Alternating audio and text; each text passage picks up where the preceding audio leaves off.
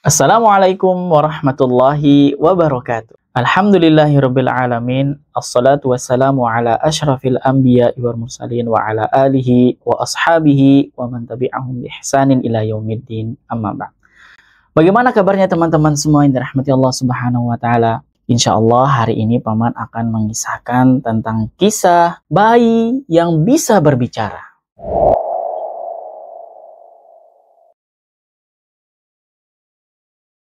Jadi, pada zaman Bani Israel dulu, ada seorang ibu yang duduk di pinggir jalan, yang sedang menyusui anaknya. Tiba-tiba, lewat seorang pemuda yang tampan rupanya dan bagus sekali kendaraannya. Ibu itu merasa kagum kepada pemuda tersebut. Kemudian, berdoa kepada Allah Subhanahu wa taala. Ya Allah, jadikanlah anakku seperti pemuda itu. Tiba-tiba, bayi yang sedang menyusui melepaskan susuannya dari ibunya, berpaling melihat kepada pemuda tersebut. Kemudian berkata, Ya Allah, jangan jadikan aku seperti pemuda itu.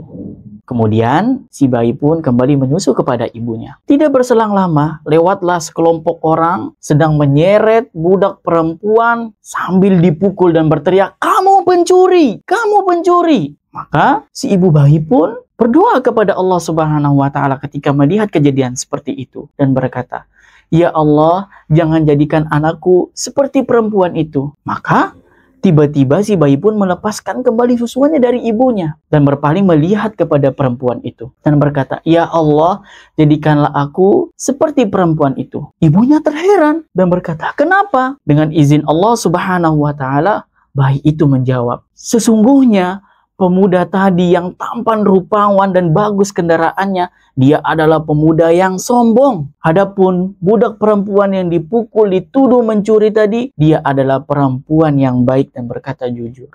Aku ingin menjadi seperti perempuan tersebut." Nah, adik-adik semua yang dirahmati Allah Subhanahu wa taala. Jadi, dari kisah ini kita bisa mengambil faidah ya bahwasanya orang yang mulia di sisi Allah Subhanahu wa taala, orang yang dicintai oleh Allah Subhanahu wa taala itu adalah orang yang bertakwa, bukan karena bagus rupanya, bukan juga karena banyak hartanya. Allah Subhanahu wa taala berfirman, "Inna akramakum indallahi atqakum."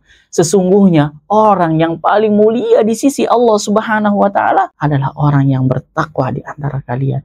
Dan Nabi Shallallahu Alaihi Wasallam menegaskan di dalam hadisnya, Innallaha la yanzuru ila suwarikum wala ajsamikum, walakinnallaha yanzuru ila qulubikum wa a'malikum. Sesungguhnya Allah Subhanahu wa taala tidak melihat kepada rupa kalian atau pada jasad-jasad kalian, rupa tubuh kalian. Akan tetapi Allah Subhanahu wa taala melihat kepada kebersihan hati kalian dan amal soleh kalian. Semoga kisah ini bisa kita ambil faidahnya agar kita menjadi hamba Allah yang bertakwa. Demikian, jazakumullahu khairan wa barakallahu fikum. Wassalamualaikum warahmatullahi wabarakatuh.